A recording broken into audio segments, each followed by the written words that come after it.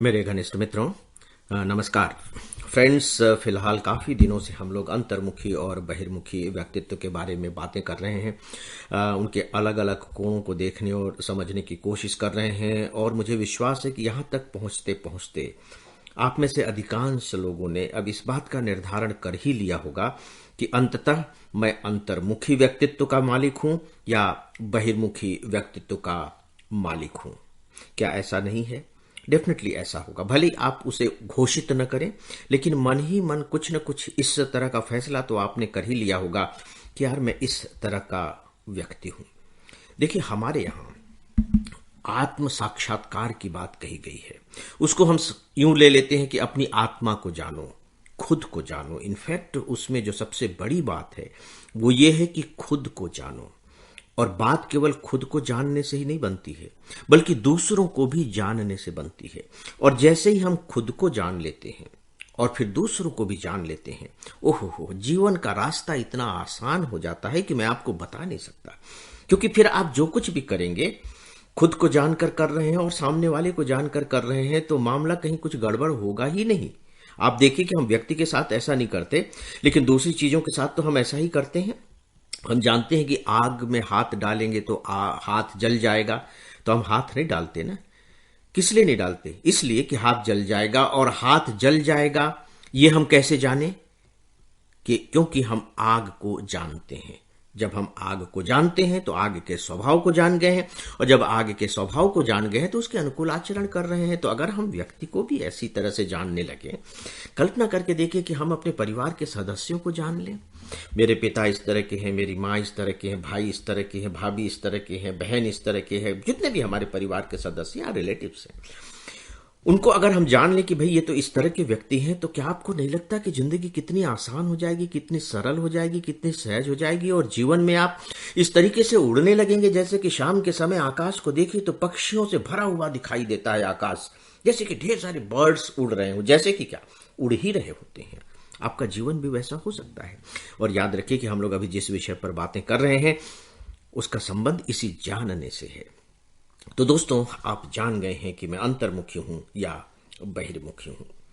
अब जो मैं बात आज करने जा रहा हूं उसका संबंध एक मेल से है। मेरे पास एक मेल आया और उसमें उन्होंने बहुत अच्छा प्रश्न उठाया, और वो ये था कि सर, कोई भी व्यक्ति पूरी तरह क्या सही बहिर्मुखी होता है या पूरी तरह से अंतर्मुखी होता है या उन दोनों का मिश्रण होता है? तो हमें कैसा होना चाहिए? ये प्रश्न उन्होंने उठाया और मुझे लगा कि नहीं, ये अच्छा प्रश्न है। हालांकि मेरे दिमाग में ये बात थी कि मैं कभी इसकी चर्चा करूंगा, लेकिन शायद अब वो समय आ गया है जब मुझे इसकी चर्चा करनी चाहिए। और जिन्होंने ये मेल लिखा है उनको मैं हृदय से धन्यवाद देता हूं, उनके प्रति आभार व्यक्त करता हूं।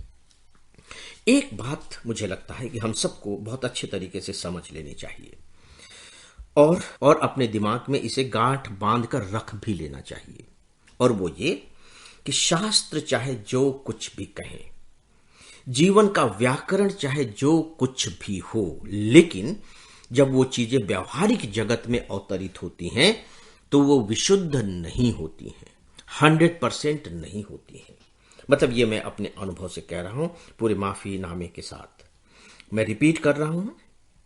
शास्त्र चाहे जो कुछ भी कहे, जीवन का व्याकरण चाहे जो कुछ भी हो, जो हमारे धार्मिक उपदेशक हैं, समाजशास्त्रीय हैं, जो कानून बनाने वाले हैं, वे चाहे हमसे जो भी उम्मीदें करें या जिन भी उद्देश्यों को लेकर के उन्होंने ये सब बनाया है, वो चाहे जो कुछ भी हो, लेकिन जब ये सारी चीजें, ये सारी बातें आचरण में आती हैं, यानी कि व्यवहार में उतरती हैं, तो वो कभी भी विशुद्ध नहीं रह जाती।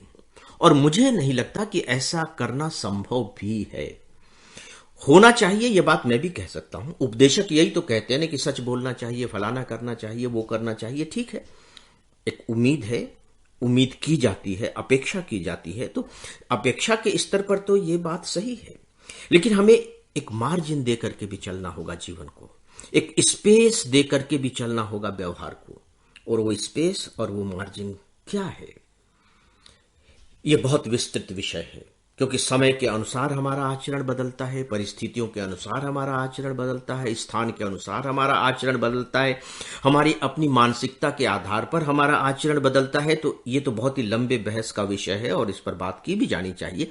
लेकिन फिलहाल मैं केवल ये बात कह रहा हूं कि जब हम अपने व्यक्तित्व के बारे में सोचते हैं, दूसरों के व्यक्तित्व के बारे में सोचते हैं और ये निर्णय ले लेते हैं कि मैं अंतर्मुखी हूं, वो बहिर्मुखी है, मैं बहिर्मुखी हूं, अंतर्मुखी है, तो हमें इस भ्रम में कभी नहीं रहना चाहिए कि मैं 100% अंतर्मुखी हूं और सामने वाला 100% बहिर्मुखी हूं। बस मेरे कहने का मतलब केवल यही है, 100% यहां नहीं है। दोस्तों, गीता का पूरा एक अध्याय, उसका बहुत बड़ा हिस्सा गुणों के ऊपर है, प्रकृति द्वारा प्रदत्त गुणों के ऊपर है कि प्रकृति स्वयं 3 गुणों से युक्त है और प्रकृति दूसरों को भी इन 3 गुणों से युक्त करती है। उसमें आप जानते हैं सात्विक गुण, राजसिक गुण और तामसिक गुण, और इसके बाद बकायदे उसमें कहा गया है कि ये तीनों गुण सभी में होते हैं। याद रखिए, जो आपको बहुत सात्विक पुरुष दिखाई दे रहा है ना, उसमें भी तमस है, और जो तमस दिखाई दे रहा है उसमें भी सात्विक है। बस फर्क जो होता है वह अनुपात का होता है, और यह अनुपात भी हमेशा एक जैसा बना नहीं रहता। कितनी खूबसूरत बात कही गई है, कल्पना करके देखिए, सोच करके देखिए। और यही बात मैं यहां अंतर्मुखी और बहिर्मुखी व्यक्तित्व पर लागू कर रहा हूं। दोस्तों, आप सब भी इस पर विचार करें और बेहतर होगा कि अपने ही संदर्भों में विचार करें, तो शायद बात ज्यादा अच्छे तरीके से समझ में भी आएगी और पकड़ में भी आएगी। 2 दिनों के बाद आप सबसे फिर मुलाकात होगी। तब तक के लिए मुझे इजाजत दें।